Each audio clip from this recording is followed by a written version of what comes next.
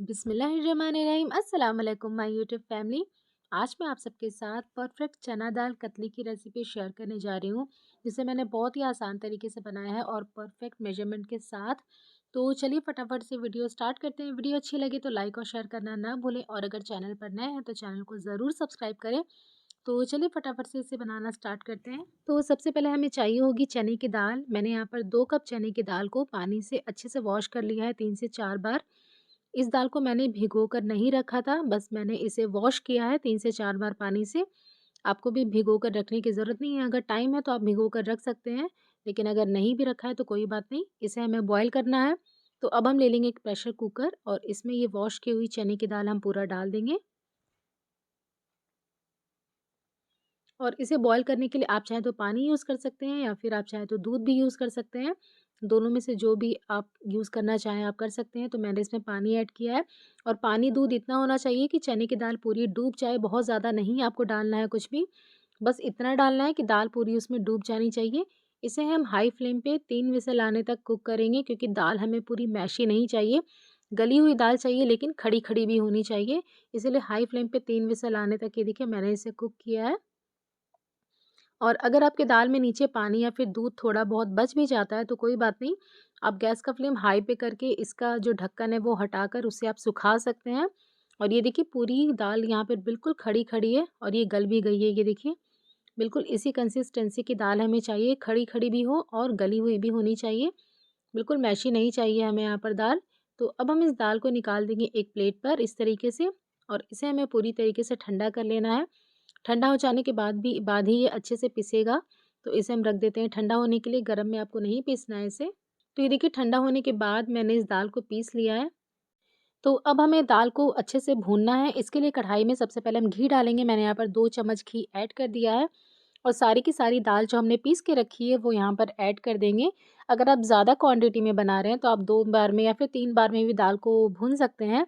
थोड़ा-थोड़ा करके भूनने से मेहनत भी थोड़ी कम लगती है, क्योंकि हाथ थोड़ा कम दर्द करता है। अगर आप ज़्यादा एक ही बार में पूरा कढ़ाई में डाल देंगे तो उसे चलाने में भी हाथ में दर्द होने लगता है, थोड़ा ज़्यादा हैवी हो जाता है वो। तो अब हम इसे इस तरह से मिक्स करते हुए भूनेंगे, क्योंकि इस टाइम दाल काफ़ी चिपकी-चिपकी सी है, तो इस तरह से आप इसे प्रेस करते हुए भूनें। और जैसे-जैसे हम इसे भूनते जाएँगे सारा दाना जो है वो बिल्कुल अलग-अलग हो जाएगा। आप इसकी कंसिस्टेंसी देख सकते हैं अभी कैसी है और भुनने के बाद कैसी होगी, मैं आपको आगे दिखाऊँगी। तो ये देखिए मैंने इसे टोटल 25 से 30 मिनट के लिए भूना है। ये देखिए आप इसकी कंसिस्टेंसी देख सकते हैं, बिल्कुल अलग-अलग हो गया है एक-एक दाना, बिल्कुल ड्राई हो गया है। ऐसे ही आपको भी भुनना है, और खुशबू बहुत ही ज़्यादा अच्छी आ रही है, बिल्कुल सौंधी-सौंधी सी। ऐसे ही स्टेज तक आने तक आपको इसे भूनना है। तो अब हम कढ़ाई में ऐड करेंगे फिर से देसी घी, और यहाँ पर हम थोड़े से ड्राई फ्रूट्स को रोस्ट कर रहे हैं। घी में भुनने से ड्राई फ्रूट्स का जो टेस्ट है वो और ज़्यादा बढ़ जाता है। आप चाहे तो बस ऐसे ही डाल सकते हैं, लेकिन मैं यहाँ पर थोड़ा-सा इसे घी में रोस्ट करने वाली हूँ। तो मैंने यहाँ पर लिया है बादाम, किशमिश और नारियल। आप कोई सा भी ले सकते हैं जो भी आपको पसंद हो। तो ड्राई फ्रूट्स को रोस्ट करके हम इसे निकाल लेंगे, और फिर से सेम कढ़ाई में अब हम बनाएँगे चाशनी। चाशनी बनाने के लिए फिर से मैंने यहाँ पर 1 से 2 चम्मच घी और ऐड किया है। इसमें ऐड करेंगे हम 2 लौंग। इसके बाद हम इसमें डाल देंगे चीनी। तो चीनी मैंने यहाँ पर 2 कप लिया है, जितना हमने दाल लिया था उतना ही आपको चीनी भी लेना होता है। अगर आप मीठा थोड़ा ज़्यादा पसंद करते हैं तो आप इसमें क्वार्टर कप या फिर क्वार्टर्स कप से थोड़ा-सा ज़्यादा चीनी बढ़ा सकते हैं, लेकिन ज़्यादा ऐड ना करें। इतनी चीनी बिल्कुल परफेक्ट होती है। ज़्यादा मीठा खाते हैं तो आप इसमें क्वार्टर कप चीनी और बढ़ा सकते हैं। तो 2 कप चीनी में मैंने यहाँ पर 1 कप पानी डाला है, और अब हमें इसकी 2 तार की चाशनी बनानी है, मैं आपको आगे दिखाऊँगी। तो गैस का फ्लेम आप मीडियम पे रखें, मीडियम फ्लेम पर इसे पकाएँ, और जब तक चाशनी रेडी हो तब तक आप यहाँ पर उस बर्तन को रेडी कर लें जिसमें आपको बर्फ़ी को सेट करना है। क्योंकि बाद में जब हमारा जो हलवा है वो रेडी हो जाएगा, तो उसके बाद टाइम नहीं होता है कि आप फिर से उसके बाद ट्रे को रेडी करें, ग्रीस करें, क्योंकि बहुत ही जल्दी बर्फ़ी सेट होने लगती है। इसलिए आप ये काम पहले से करके रखिए, जिस भी बर्तन में आपको सेट करना है उसे ग्रीस करके रखें। अगर आपको नीचे में ड्राई फ्रूट्स डालने हैं तो आप वो भी डाल सकते हैं। तो यहाँ पर मैंने इसमें ऐड किया है ऑरेंज फूड कलर। चने के दाल के हलवे में ऑरेंज फूड कलर डालना थोड़ा ज़रूरी होता है, उससे कलर बहुत अच्छा आता है। आप चाहे तो स्किप कर सकते हैं अगर आपको कलर नहीं पसंद है, या फिर अगर आपके पास नहीं है तो। साथ ही में हम इसमें हरी इलायची पाउडर भी ऐड करेंगे, और यहाँ पर मैंने थोड़ा-सा केवड़ा का वाटर भी ऐड किया है, खुशबू बहुत अच्छी आती है। तो ये देखिए यहाँ पर ये देखिए 2 तार बनने लगा है। बिल्कुल ऐसी ही चाशनी हमें चाहिए। 2 तार जब बनने लगे उस टाइम गैस का फ्लेम बिल्कुल लो पे कर दें और अब हम इसमें ड्राई फ्रूट्स ऐड कर देंगे और हमने जो दाल को भून के रखा है वो ऐड करेंगे। थोड़ा-थोड़ा करके आप ऐड करें और मिक्स करते जाएँ। एक साथ आप पूरा दाल ऐड ना करें। एक हाथ से आप दाल डालते जाएँ और दूसरे हाथ से इसे मिक्स करते जाएँ, तो इसमें गुठली भी नहीं बनेगी और अच्छे से आप मिक्स भी कर पाएँगे, इसे हैंडल कर पाएँगे अच्छे से। और सारी दाल डाल के मिक्स करने के बाद अब इसे 5 से 7 मिनट के लिए और आपको भूनना है बिल्कुल लो फ्लेम पर, जब तक कि ये कढ़ाई का जो तला है बॉटम है ये छोड़ने नहीं लगता, तब तक के लिए आपको इसे भूनना है इस तरह से प्रेस कर के। ये देखिए बिल्कुल आराम से ये कढ़ाई का बॉटम छोड़ने लगा है। तो अब हम इसे तुरंत ट्रांसफ़र करेंगे उसी ट्रे में या फिर प्लेट में जिसे हमने पहले से ग्रीस करके रखा है।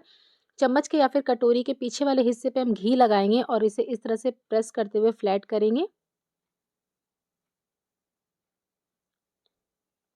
अगर आप घी नहीं लगाएँगे तो दाल का जो हलवा है, वो आपके चम्मच पे चिपकने लगेगा, तो घी लगाना बहुत ज़रूरी है। चम्मच या फिर आप कोई कटोरी भी ले सकते हैं बड़े साइज़ की और थोड़े से ड्राई फ्रूट्स हम ऊपर से भी डालेंगे और फिर से प्रेस करेंगे ताकि ड्राई फ्रूट्स इसमें अच्छे से चिपक जाएँ, वो निकले ना कट करते टाइम। और यहाँ पर मेरे पास थोड़ा-सा सिल्वर वर्क है, तो वो भी मैं लगा दूँगी, इससे ये थोड़ा अच्छा दिखता है। अगर आपके पास है तो आप लगाएँ, नहीं है तो कोई बात नहीं। तो बस अब हम इसके पीसेस कट कर लेते हैं। अभी ये पूरा ठंडा नहीं हुआ है, सेट नहीं हुआ है, हल्का गरम है अभी ये। तभी हम इसके पीसेस कट कर देंगे। इस पे निशान लगा देंगे ताकि जब ये अच्छे से सेट हो के जाए, ठंडा होके, तो इसके पीसेस आसानी से निकल जाएँ। क्योंकि ठंडा होने के बाद आप कट करेंगे तो अच्छे से इवन पीसेस निकलेंगे भी नहीं, टूटे-टूटे से निकलेंगे और ये उतने अच्छे से कट नहीं होगा। तो हल्के गरम में ही आप इस पे इस तरह से निशान लगा दें, जिस भी शेप में आपको कट करना है। मैंने इसे बर्फ़ी के शेप में कट किया है।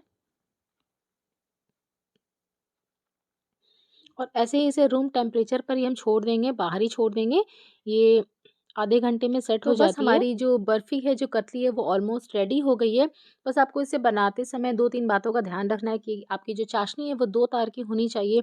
आपको चने की दाल को अच्छे से भूनना है और चाशनी में डालने के बाद भी उसे इतना भूनना है कि वो कढ़ाई का जो बॉटम है, जब तक कि अच्छे से छोड़ने ना लगे, तब तक के लिए आपको उसे सेट नहीं होने करना है। तो बस इन बातों का ध्यान रखेंगे, तो आपकी भी बर्फ़ी बिल्कुल परफ़ेक्ट बनेगी। तो आप भी इसे फटाफट से ट्राई करें। मिलते हैं एक और नई रेसिपी के साथ। तब तक के लिए अल्लाह हाफ़िज़।